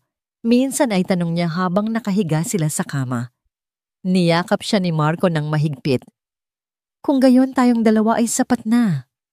At kung hindi meron namang 1,000 paraan para bumuo ng pamilya, hindi lang iisa ang daan, Elara. Ang mahalaga, magkasama tayo sa anumang daan na pipiliin natin. Ang katiyakang yon ang nagpatahan sa kanyang mga huling agam-agam. At tila ba narinig ng langit ang kanyang mga panalangin. 1 buwan pagkatapos ng kanilang unang anibersaryo, nagsimula siyang makaramdam ng kakaiba. Isang pagkahilo sa umaga, isang pagkasensitibo sa mga amoy. May takot at pag-asa bumili siya ng pregnancy test. Sa pagkakataong ito, hindi niya ito ginawa ng mag-isa sa banyo. Tinawag niya si Marco. Samahan mo ako, sabi niya. Magkahawak kamay nilang hinintay ang resulta. At nang lumitaw ito hindi isa, kundi 2 malinaw na pulang linya na pasigaw silang pareho. Niyakap ni Marco si Elara, itinaas ito at inikot-ikot sa kanilang silid. Kapwa sila tumatawa at umiiyak sa tuwa. Magiging tatay na ako? Paulit-ulit na sigaw ni Marco. Magiging nanay na ako, bulong ni Elara sa sarili hindi makapaniwala. Ang kanilang kaligayahan ay nasundan pa ng isang mas malaking sorpresa. Sa kanilang unang ultrasound, habang tinitingnan nila ang maliit na itim at puting screen, nagsalita ang doktora. Mr. and Mrs. Reyes, sabi ng OB-GYN, isang ngangiti ang mababasa sa kanyang mukha. Mukhang mas masipag pa kayo sa inaakala ninyo. Itinuro niya ang screen. Ito ang isang heartbeat. Ito ang pangalawa. At heto pa ang isa. Pangatlo. Natahimik ang buong kwarto. Ano po? Anong ibig sabihin niyan, Dok? Nanginginig na tanong ni Marco. Congratulations, masayang, sabi ng doktora. You're having triplets. Natahimik ang buong kwarto. Ang tanging maririnig lang ay ang mahihinang tunog ng 3 maliliit na puso na sabay-sabay na tumitibok mula sa monitor. 3. Triplets. Ang salita ay umalingaw-ngaw sa isipan ni Elara na parang isang malayong kampana. Si Marco ang unang nakabawi. Titatlo, nauutal niyang tanong, ang mga mata ay nanlalaki at hindi maalis sa screen. Pagkatapos ng ilang segundo ng pagkabigla, isang malawak na ngiti ang unti-unting gumuhit sa kanyang mga labi hanggang sa ito'y naging isang malakas at masayang tawa. 3. Elara, 3. Magkakaroon tayo ng 3 anak. Nilingon niya si Elara na nananatiling tahimik, ang mga luha ay tuloy-tuloy na dumadaloy sa kanyang mga pisngi. Ang mga luha ay hindi na ng sakit o kalungkutan, kundi ng isang napakalalim at napakatinding emosyon na hindi niya kayang pangalanan. Sa isang iglap sa harap ng itim at puting imahe ng 3 maliliit na buhay sa loob niya, naalala niya si Leo. Naalala niya ang mga salitang ibinato nito sa kanya na parang mga batubaog. walang silbi. Anong mali sa'yo 6 na taon, siyang naniwala na siya ay may kulang. 6 na taon siyang yumuko sa kahihiyan tinatanggap ang paninisi. Ngunit ang tadhana ay may pagkamapagbiro. Hindi lang siya binigyan ng isang anak para patunayang mali si Leo. Binigyan siya ng 3. Isang sagradong sampal sa lahat ng kasinungalingan. Isang malakas na sigaw mula sa kalawakan na nagsasabing hindi ka kailanman naging depektibo. Mahal nag-aalalang tanong ni Marco, hinawakan ang kanyang mukha. Okay ka lang ba? Tumingin si Elara sa kanya at sa gitna ng kanyang mga luha, isang ngiti ang sumilay. Isang ngiti ng paglaya. Okay na okay, mahal. Sobrang okay. Ang 9 na buwan ng kanyang pagbubuntis ay hindi naging madali. Ngunit bawat pagkahilo, bawat pananakit ng likod ay tinanggap niya ng may pasasalamat. Si Marco ay hindi nawala sa kanyang tabi. Hinahaplos ang kanyang likod, minamasahe ang kanyang mga paa, at kinakausap ang 3 sanggol sa kanyang sinapupunan gabi-gabi. Ang luningning ay pansamantala niyang ipinagkatiwala sa kanyang mga pinagkakatiwalaang tauhan habang siya ay nag-focus sa pag-aalaga sa mga himalang lumalaki sa loob niya. At dumating sila, 3 malulusog magaganda at magkakamukhang sanggol na babae. 3 perpektong milagro na sabay-sabay na dumating sa mundo. Habang hawak niya ang isa sa kanila sa unang pagkakataon at si Marco naman sa 2 pa, isang kumpletong kapayapaan ang bumalot kay Elara. Lahat ng sakit ng nakaraan ay nabura. Lahat ng bakas ng pagtataksil ay naghilom. Pinangalanan nila silang Luna Tala at Aurora. Ang kanyang buwan ang kanyang bituin at ang kanyang bukang liwayway. Ang kanyang 3 ilaw sa gitna ng dilim. Ang ating 3 bituin bulong ni Marco habang pinapanood nila ang mga anak na mahimbing na natutulog.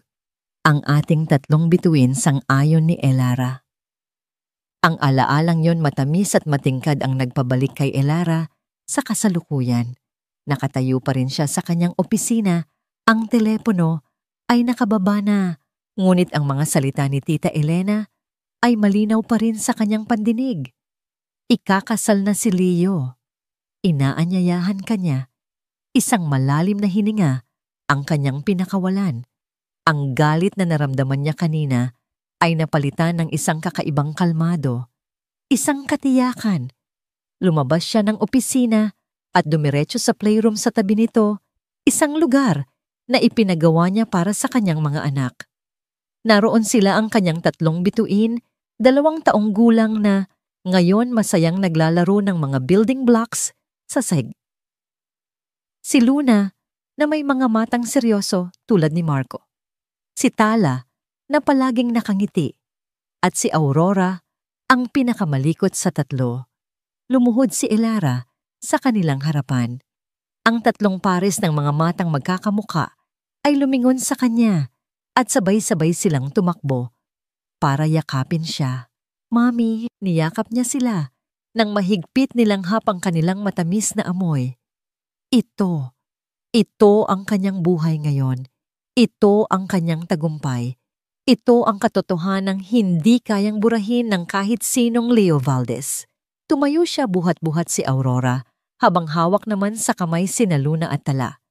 Naglakad sila papunta sa malaking bintanang salamin kung saan tanaw ang hardinin ng luningning. Akala ni Leo ay iimbitahan niya ang isang sawimpalad na babae. Akala niya ay masusugatan niya muli ang isang sugatang kaluluwa. Ang hindi niya alam, ang babaeng tinawag niyang baog ay isa ng ina. At hindi lang ng isa, kundi ng 3. Tiningnan ni Elara ang refleksyon nila sa salamin. Isang babaeng matatag, napapaligiran ng kanyang 3 buhay na tropeyo. Ang paanyaya ni Leo ay hindi na isang banta. Isa na itong oportunidad. Isang entablado na inihanda nito para sa sarili nitong pagbagsak. Mga anak, bulong niya sa kanyang mga prinsesa. May pupuntahan tayong party sa Maynila. Isang malamig at desididong nangiti ang gumuhit sa kanyang mga labi. Panahon na para makilala ng dating mundo ni Mami kung sino na siya ngayon. Ang balita ng paanyaya ay ibinahagi ni Elara kay Marco noong gabing iyon pagkatapos nilang patulugin ang mga bata. Nakaupo sila sa kanilang beranda sa ilalim ng parehong mga bituin na naging saksi sa kanilang pag-iibigan. Isinalaysay niya ang lahat, ang tawag ni Tita Elena, ang pang-iinsulto na nakabalat kayo bilang pasasalamat at ang desisyong nabuo sa kanyang puso. Habang nagsasalita si Elara, nakikinig lang si Marco. Ang kanyang mukha ay kalmado, ngunit nakakuyom ang kanyang mga kamao sa ibabaw ng mesa. Nang matapos si Elara, isang mahabang katahimikan ang namagitan. Ano sa tingin mo basag ni Elara sa katahimikan? Nabaliw na ba ako, umiling si Marco at inabot ang kanyang kamay. Hindi ka nabaliw, Elara. Nagising ka lang ng tuluyan. Tumingin ito sa kanya, ang mga mata ay puno ng determinasyon. Kung gusto mong pumunta, pupunta tayo. Hindi kita hahayaang harapin ito ng mag-isa. Tayo, oo, tayo maring, sabi ni Marco. Ang pamilya mo ngayon ay pamilya ko. Ang laban mo ay laban ko. Hindi tayo pupunta doon para gumanti, Elara. Pupunta tayo doon para itama ang kasaysayan, para ipakita ang katotohanan. Ang suportang yon, walang pasubali, at buong-buo ang nagbigay kay Elara ng lakas na kailangan niya. Ang desisyon ay naging isang plano. Sa mga sumunod na 2 linggo ang kanilang tahanan ay naging isang war room, ngunit ang kanilang mga sandata ay hindi galit at paghihiganti, kundi impormasyon at katotohanan. Ginamit ni Marco ang kanyang mga koneksyon sa Maynila. Bilang isang arkitekto na may mga kliyente sa matataas na lipunan, mayroon siyang access sa mga impormasyon na hindi basta-basta nalalaman ng publiko. Leo Valdez, sabi ni Marco isang gabi, habang nakaupo sila sa harap ng kanyang laptop. Sa labas mukha siyang matagumpay. Ang Prestige Auto Works ay may 3 branch na ngayon, pero ipinakita ni Marco ang isang serye ng mga dokumento at chismis na nakuha niya mula sa mga mapagkakatiwalaang source. Lubog siya sa utang, paliwanag ni Marco. Ang bahay na tinitirhan nila ni Isabel ay nakasangla sa 3 bangko. Ang mga mamahaling sasakyan na pinopost niya sa social media ay hindi pa fully paid. He's living a life he can't afford. Pinapanindigan niya ang isang imahe para makahakot ng mga kliyenteng mayayaman. At si Isabel, tanong ni Elara. Nag-scroll si Marco sa ilang mga social media profiles. Si Isabel galing sa isang pamilyang may kaya pero hindi mayaman. Obsessed siya sa status. Sa tingin niya si Leo ang ticket niya sa A-list. Ngunit may mga bulong-bulungan. Huminto si Marco at tumingin kay Elara. May mga sabi-sabi na bago sila naging seryoso ni Leo, may iba siyang kasintahan. Isang mayaman at mas matandang lalaki. Bigla na lang silang naghiwalay nang magsimulang umangat ang negosyo ni Leo. Ang mga impormasyon ay unti-unting bumubuo ng isang larawan. Isang larawan ng 2 taong desperadong kumapit sa isang pekeng mundo ng karangyaan, handang gawin ang lahat para mapanatili ito. Habang si Marco ang nangangalap ng impormasyon tungkol sa kasalukuyan ni Leo, si Elara naman ay bumalik sa kanyang nakaraan. Mula sa isang lumang baul na itinago niya sa ilalim ng kanyang kama, kinuha niya ang mga ebidensya ng kanyang 6 na taong pagtitiis. Una ang cellphone na naglalaman ng recording. Inilipat niya ang audio file sa isang bagong device. Siniguradong malinaw at malakas ito. Ang boses ni Leo, puno ng mga pekeng pangako, ay tila isang multo mula sa libingan. Pangalawa, ang mga medical records. Bagamat pinunit ni Leo ang kopya niya, mayroon siyang orihinal na file mula sa klinika. Ang bawat pahina ay isang patunay ng kanyang kalusugan at ng kasinungalingan ni Leo. At ang panghuli, ang pinakamahalaga sa lahat, ang bank statement, ang withdrawal slip ng 800,000 pesos. Ang pirma niya sa papel na yon ay hindi lang pag-withdraw ng pera. Ito ay ang pag-alis ng tiwala ng pag-ibig ng kanyang sarili. Inilagay niya ang lahat ng ito sa isang malinis na folder, ang kanyang bala. Sigurado ka ba na gusto mong isama ang mga bata? Tanong ni Aling Teresita isang hapon habang pinapanood niya si Elara na pumipili ng mga damit para sa biyahe. Opo, Nay, sagot ni Elara. Sila ang pinakamahalaga kong ebidensya. Sila ang buhay na patunay na hindi ako kailanman naging depektibo. Kailangang makita sila ni Leo. Kailangang makita sila ng lahat. Ang huling bahagi ng paghahanda ay ang kanilang itsura. Hindi ito tungkol sa pagyayabang. Ito ay tungkol sa pagpapadala ng isang mensahe. Tumawag si Elara sa isang sikat na designer sa Maynila at nagpagawa ng isang damit. Isang kulay emerald green na bestida. Ang kulay ng pag-asa ng paglago at ng inggit. Simple ang disenyo ngunit ang tela at ang tabas ay sumisigaw ng elegansya at kapangyarihan. Para kay Marco isang charcoal gray suit ang pinili. At para sa mga bata 3 magkakaparehong dilaw na bestida na parang mga sinag ng araw. Ang kanilang pamilya ay hindi darating na parang mga kawawang bisita. Darating sila na parang mga royalty. Isang araw bago ang kanilang flight, nakatanggap si Elara ng isang text message mula sa isang hindi kilalang numero. Narinig ko na pupunta ka raw sa kasal. Huwag mo nang ituloy, Elara. Magmumukha ka lang katawa-tawa. Alam niyang galing ito kay Leo o marahil kay Isabel. Isang huling pagtatangka na takutin siya. Ngumiti si Elara. Sa halip na matakot, mas lalo siyang naging desidido. Ipinakita niya ang text kay Marco. Natatakot na sila, sabi ni Marco. Alam nilang may dala kang bagyo. Hindi lang ako ang may dala ng bagyo, sagot ni Elara. Tinitingnan ng 3 anak na naglalaro sa sahig, kaming 4. Ang araw ng kanilang flight papuntang Maynila ay dumating. Habang nag-aantay sila sa airport lounge, isang pribilehiyong hindi niya naranasan noon, pinagmasdan ni Elara ang kanyang pamilya. Si Marco na matiyagang nagbabasa ng libro sa mga bata. Sina Luna Tala at Aurora na sabik sa kanilang unang pagsakay sa eroplano. Walang bakas ng takot sa kanyang dibdib. Ang naroon ay isang malinaw na layunin. Paglapag ng eroplano sa Maynila, hindi sila sumakay sa taxi. Isang itim na van na may private driver ang naghihintay sa kanila. Dinala sila nito sa isang 5-star hotel sa Makati, kung saan isang suite na may tanawin ng buong syudad ang kanilang tutuluyan. Mula sa bintana ng kanilang hotel room, tinanaw ni Elara ang mga ilaw ng syudad. Ang syudad na minsan ay naging saksi sa kanyang pagkadurog. Ngayon babalik siya rito, hindi bilang isang biktima na tumatakas, kundi bilang isang reyna na handang bawiin ang kanyang korona. Kinuha niya ang folder na naglalaman ng kanyang mga ebidensya at inilagay ito sa kanyang handbag. Handa ka na ba? Para bukas, tanong ni Marco, yumakap mula sa kanyang likuran. Humarap si Elara sa kanya at ngumiti. Isang ngiting kalmado, matatag at nakakakilabot. Matagal na akong handa, mahal, sagot niya. Ang tanong ay, handa na ba sila?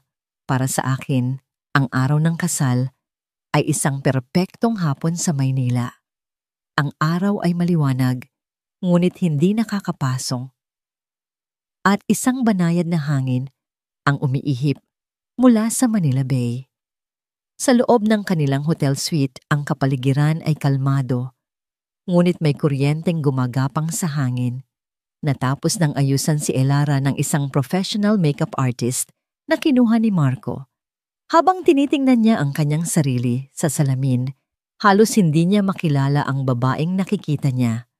Ang kanyang buhok ay nakaayos sa isang eleganteng bun na nagpapakita ng kanyang leeg at ng simpleng kwintas na perlas na regalo ni Marco. Ang kanyang makeup ay natural, ngunit nagpapatingkad sa kanyang mga mata na ngayon ay may talas ng isang agila. At ang damit, ang emerald green na bestida, ay tila isinukat para sa kanya. Yumayakap ito sa kanyang katawan sa tamang mga lugar, hindi malaswa, ngunit nagpapahayag ng isang kumpiyansa na hindi niya kailanman inakalang magkakaroon siya. Wow, iyon lang ang nasabi ni Marco nang makita siya habang inaayos nito ang kanyang kurbata. Sa suot nitong charcoal gray suit, mukha itong isang magazine model. Parang ikakasal ulit tayo. Ngumiti si Elara. Mas maganda pa. Ang tatlong bata sa kanilang mga dilaw na bestida ay parang tatlong maliliit na manika. Tuwang-tuwa sila sa kanilang itsura, umiikot-ikot sa gitna ng kwarto. "Mommy, you look like a queen," sabi ni Tala, ang pinakapala kaibigan sa tatlo. "And you are my little sunshine," sagot ni Elara. Hinaplos ang kanilang mga pisngi. 3:00 ng hapon dumating ang kanilang sasakyan. Hindi ito basta van. Isang makintab na itim na Mercedes-Benz S-Class ang naghihintay sa kanila sa tapat ng hotel. Ang driver ay magalang na binuksan ng pinto para sa kanila. "Hindi ba ito masyadong OA, mahal?" tanong ni Elara kay Marco habang pumapasok sila sa maluwag na loob ng sasakyan. Ang pagdating sa isang laban na handa ay hindi OA, sagot ni Marco hinawakan ng kanyang kamay. Ito ay estratehiya. Ang biyahe papunta sa 5-star hotel kung saan gaganapin ang kasal ay tahimik. Si Elara ay nakatingin lang sa labas, pinapanood ang mga pamilyar na kalye ng Maynila. Ngunit ngayon, hindi na siya ang nawawalang probinsyana. Siya ay isang bisita, isang manonood, at ang magiging sentro ng palabas. Pagdating nila sa Engrande at nagkikislapang lobby ng hotel, agad nilang naramdaman ang karangyaan. Isang malaking floral arrangement ng mga puting rosas at orchids ang sumalubong sa kanila. Ang sahig ay gawa sa marmol na kumikinang.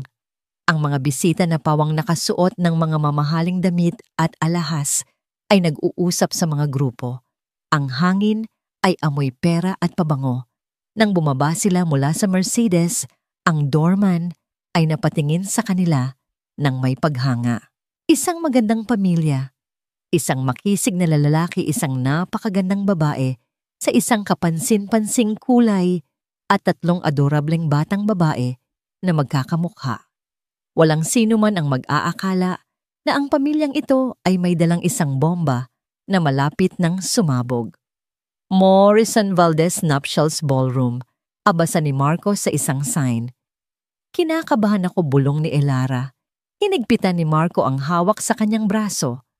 "Huminga ka ng malalim. Tandaan mo kung sino ka ngayon. Hindi ka na ang babaeng iniwan niya." Tumango si Elara at itinuwid ang kanyang likod. Hawak ni Marco si Luna. Buhat naman ni Elara si Aurora, habang si Tala ay nakahawak sa kanyang kamay. Sabay-sabay silang naglakad papasok sa ballroom. Ang cocktail hour ay kasalukuyang nagaganap.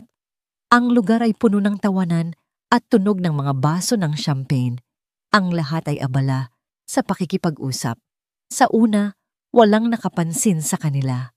Ngunit unti-unti, isa-isang napapalingon ang mga ulo. Ang isang pamilyang hindi pamilyar, lalo na ang babaeng may kapansin-pansing kagandahan, at ang kanyang 3 maliliit na kopya ay nagsimulang makuha ang atensyon. Ang mga bulungan ay nagsimula. Sino sila, kamag-anak ba ng bride o ng groom? Ang gaganda ng mga anak niya. Triplets yata. At doon sa gitna ng dagat ng mga tao, nakita siya ni Elara. Si Leo. Nakatayo ito malapit sa bar. Napapaligiran ng kanyang mga kaibigan, tumatawa ng malakas. Ang kanyang suit ay mamahali, ng kanyang buhok ay perpektong nakagel. Mukha siyang hari sa kanyang kaharian. Ngunit biglang natigil ang tawa nito. Ang nangiti sa kanyang mga labi ay nagyelo. Nakita niya si Elara. Ang mga mata ni Leo ay lumipat mula kay Elara papunta sa lalaking nasa tabi nito at pagkatapos ay sa 3 batang babae.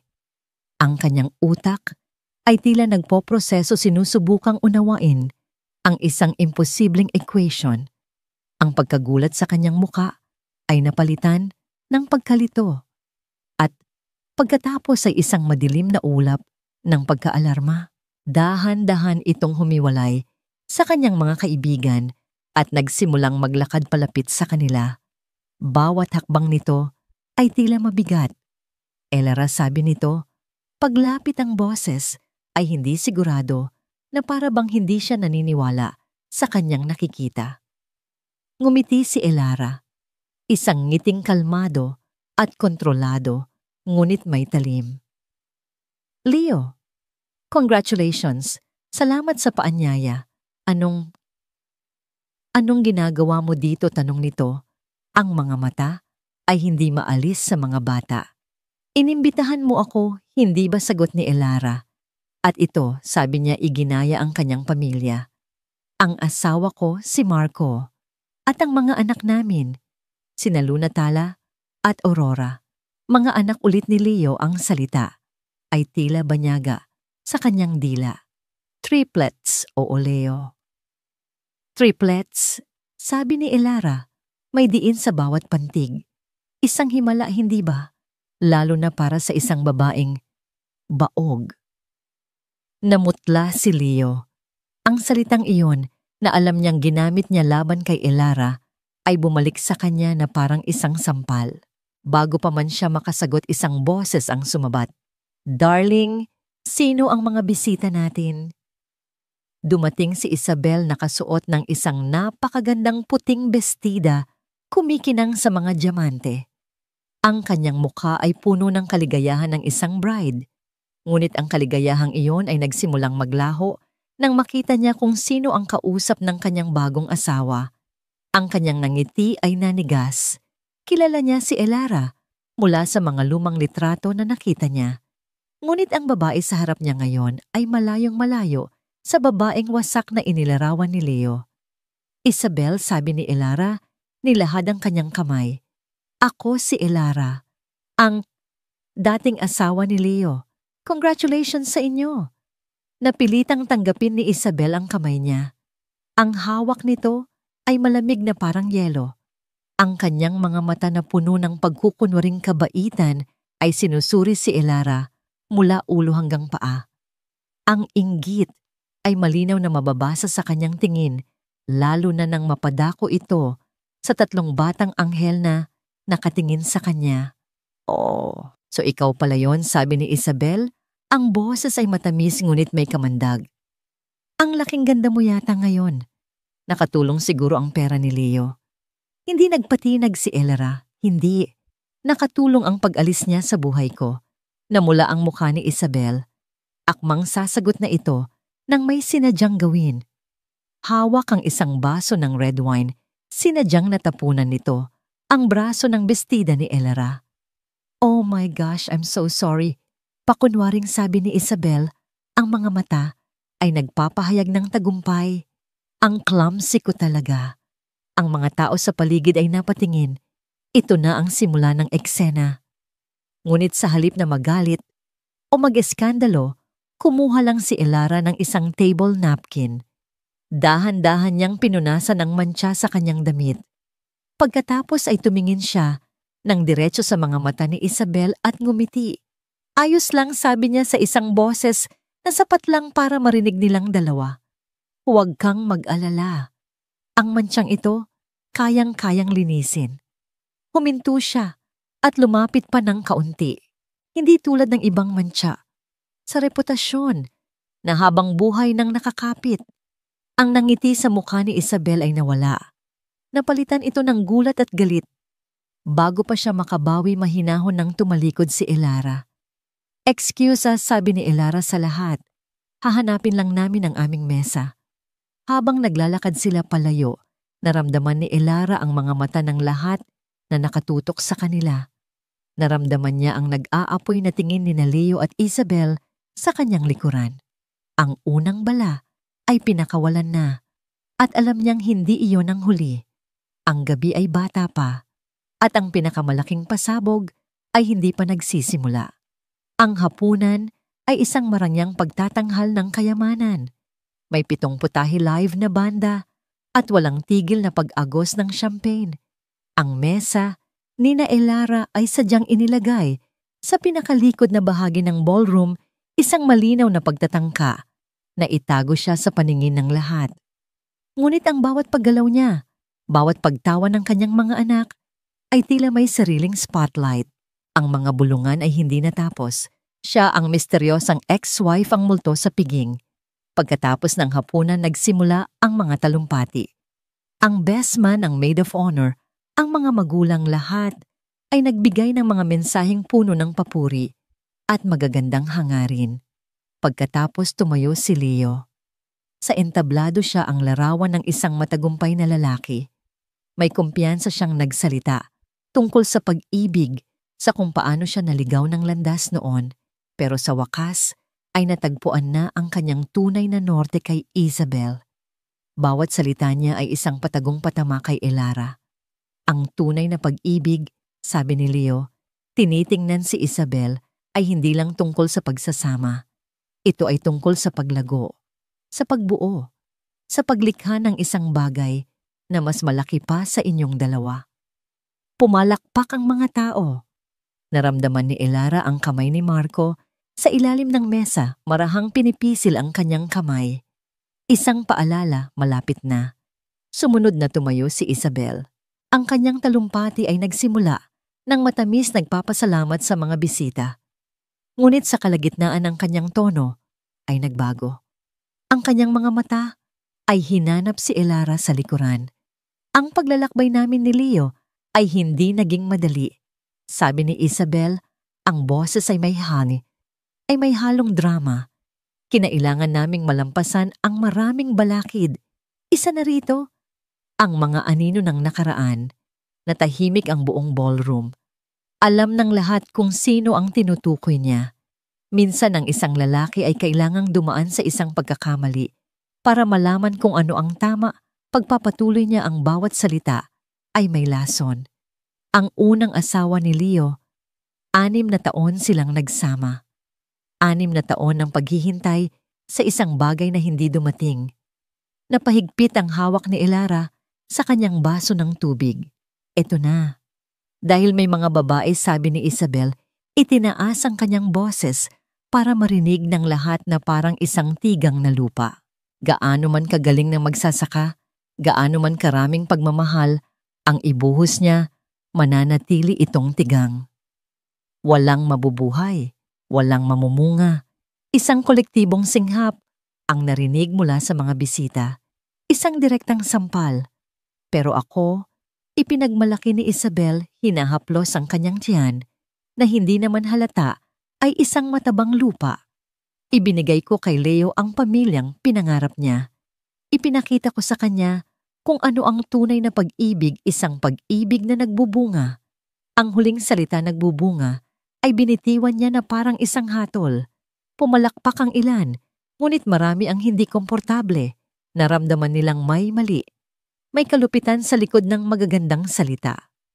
Pagkatapos ng talumpati, inihayag ng MC na bukas na ang mikropono para sa sino mang gustong magbigay ng mensahe. Ilan pang kaibigan ang nagsalita. At nang akala ng lahat ay tapos na, nang si Leo at Isabel ay nakangiti na, nang may tagumpay sa kanilang mesa, tumayo si Elara. Isang nakabibinging katahimikan ang bumalot sa buong ballroom. Ang lahat ng mga mata ay napako sa kanya habang siya'y mahinahong naglalakad papunta sa entablado. Ang bawat hakbang niya ay may bigat at layunin. Pag-abot niya sa mikropono, huminga muna siya ng malalim. Tiningnan niya ang mga mukha ng mga tao, mga mausi sa mga naghuhusga, mga nag-aabang. Pagkatapos ang kanyang mga mata ay dumapo kina Leo at Isabel. Magandang gabi sa inyong lahat. Simula niya ang kanyang boses ay malinaw at matatag, walang bakas ng panginginig. Ako si Elara Sison, ang tigang na lupa. Muli isang singhap ang narinig. Una sa lahat gusto kong magpasalamat kina Leo at Isabel sa paanyaya. Isang karangalan na masaksihan ang inyong pagtatagumpay. Ngumiti siya, isang nangiting hindi umabot sa kanyang mga mata. Nakinig ako sa lahat ng talumpati ngayong gabi. At naantig ako, lalo na sa konsepto ng isang pag-ibig na nagbubunga. Kinuha niya ang kanyang handbag at mula roon inilabas niya ang isang folder. Ang kanyang bala. Totoo ang sinabi ni Isabel. Sabi niya, binubuklat ang folder. 6 na taon kaming nagsama ni Leo. 6 na taon kong pinaniwalaan na ako ang may problema. Na ako ang dahilan kung bakit hindi kami nagbubunga. Itinaas niya ang isang dokumento. Ito po ay mga medical records mula sa isang fertility clinic sa Quezon City. Dito nakasulat pagkatapos ng maraming masakit na pagsusuri na ako ay 100% fertile and healthy. Walang mali sa akin. Nagsimulang mamutla si Leo. Tumayo ito na para bang may gustong sabihin ngunit pinigilan siya ni Isabel. Pero ang mas interesante pagpapatuloy ni Elara ay kung bakit sa kabila nito 6 na taon pa rin kaming walang anak. Samantalang ako, lumingon siya at itinuro ang kanyang mesa sa likuran kung saan nakatayo na si Marco, buhat ang 2 sa kanilang mga anak. Habang ang isa ay hawak sa kamay, ay nagkaroon ng 3 anak sa unang subok pa lang sa aking mabuting asawa. Ang paningin ng lahat ay napunta sa pamilya ni Elara. Ang 3 magagandang bata ay ang buhay na ebidensya. Kaya nagtaka ako, sabi ni Elara, ibinalik ang tingin sa bagong kasal. Kaya nag-imbestiga ako. Kumuha siya ng isa pang papel mula sa folder. Ito naman ang resulta ng isang DNA test. Napatayo na si Isabel, ang mukha ay puno ng takot. Ang resulta na nagsasabing si Leo Valdez ay may genetic condition. Isang kondisyon na nagpapatunay na siya ay biologically incapable of fathering children. Sa madaling salita, baog. Ang salitang baog ay bumagsak sa gitna ng ballroom na parang isang bomba. Ang katahimikan ay nakakabingi. Na nag-iiwan sa atin ng isang malaking tanong, sabi ni Elara. Ang boses ay tila isang hukom na nagbibigay ng hatol. Lumakad siya palapit sa mesa ng bagong kasal. Kung baog si Leo, kaninong anak ang mga dinadala mo, Isabel, na bitiwan ni Isabel ang kanyang baso ng champagne. Nabasag ito sa sahig kasabay ng kanyang dignidad. Humagulgol siya. Si Leo naman ay nakaupo lang nakatulala na parang isang estatwang gawa sa asin. Ngunit hindi pa tapos si Elara. At panghuli, sabi niya kinuha ang kanyang cellphone tungkol sa paglago na binanggit ni Leo, ang negosyong nagbabayad para sa lahat ng karangyaan ito. Pinitik niya ang play button. Ang boses ni Leo, bata at puno ng pekeng pangako, ay umalingaw-ngaw sa buong ballroom mula sa sound system. Isipin mo, Elara, ito ang kinabukasan natin. Babalik din yan sa atin, triple pa. Pangako. Ang 800,000 na ipinuhunan ko mula sa pamana ng aking ama, paliwanag ni Elara pagkatapos ng recording, ang pundasyon ng lahat ng kasinungalingan ninyo.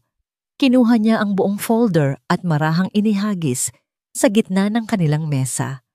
Ang mga papel ay nagkalat sa ibabaw ng mamahaling pagkain at mga bulaklak. Congratulations sa kasal ninyo, sabi ni Elara.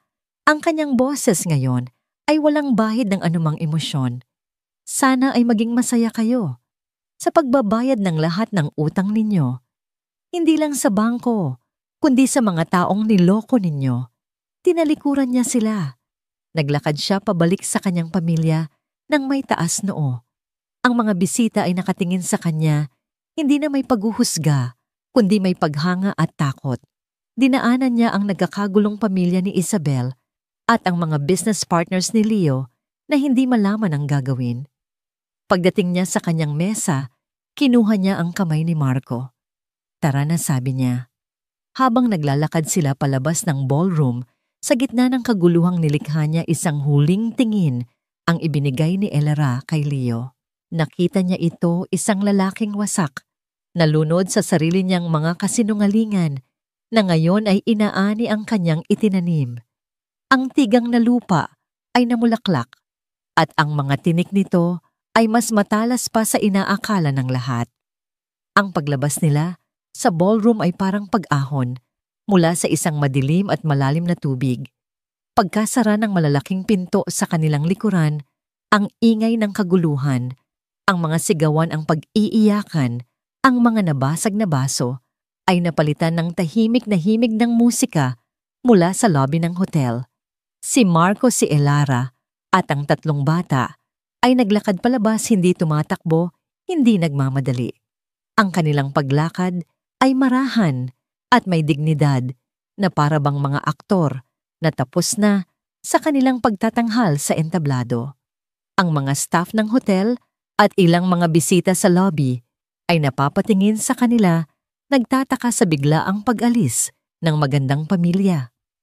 Walang nakakaalam na sa loob ng ballroom, isang mundo ang kanilang winasak. Pagpasok nila sa naghihintay na Mercedes, doon palang bumagsak ang balikat ni Elara. Isang malalim at nanginginig na hininga ang kanyang pinakawalan, isang hiningang tila naglalaman ng 6 na taon ng sakit at pagtitimpi. Tapos nabulong niya. Niyakap siya ni Marco. Tapos na mahal. Ginawa mo ang tama. Mommy, why was that lady crying? Tanong ni Luna, ang pinaka-obserbador sa tatlo. And why did Daddy Leo look so sad? Hinaplos ni Elara ang buhok ng kanyang anak. Paano niya ipapaliwanag ang komplikadong gulo ng mga matatanda sa isang batang inosente?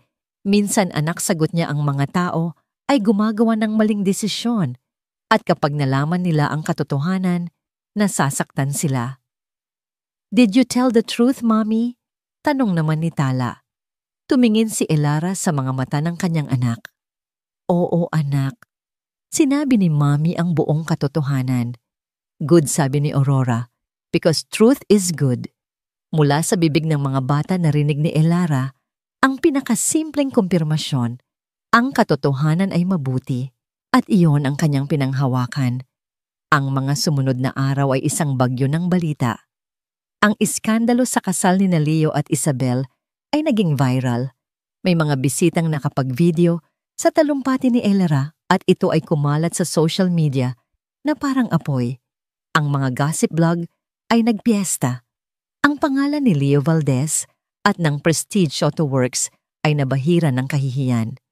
Umuwi sila ng Pampanga, kinabukasan iniwan ng gulo sa Maynila. Ngunit ang mga epekto nito ay umabot hanggang sa kanila. 2 linggo pagkatapos ng kasal, tumawag ang isang abogado kay Elara, abogado ni Isabel. Mrs. Reyes, sabi ng babae sa kabilang linya. Nagsampa po ng divorce si Miss Morrison laban kay Mr. Valdez.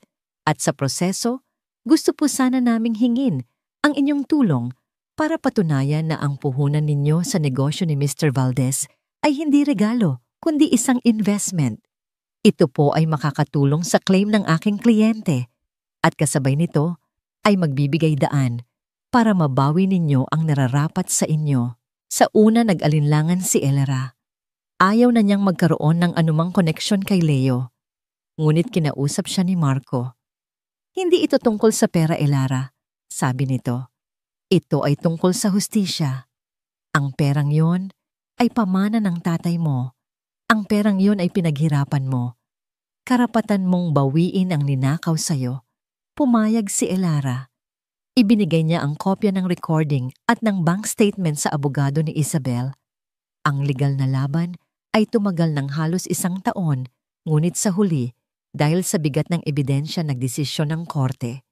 Si Leo ay inutusang bayaran si Elara ng kanyang orihinal na 800 dinan kasama ang interes at danyos na umabot sa kabuuang halos 2 milyong piso. Upang mabayaran ito, napilitan si Leong ibenta ang 2 sa kanyang 3 branch ng Prestige Auto Works. Ang natitirang isa ay nalugi rin dahil sa pagkasira ng kanyang reputasyon. Ang lalaking minsang naghari-harian sa tuktok ng kanyang peking mundo ay bumagsak at bumagsak ng malakas.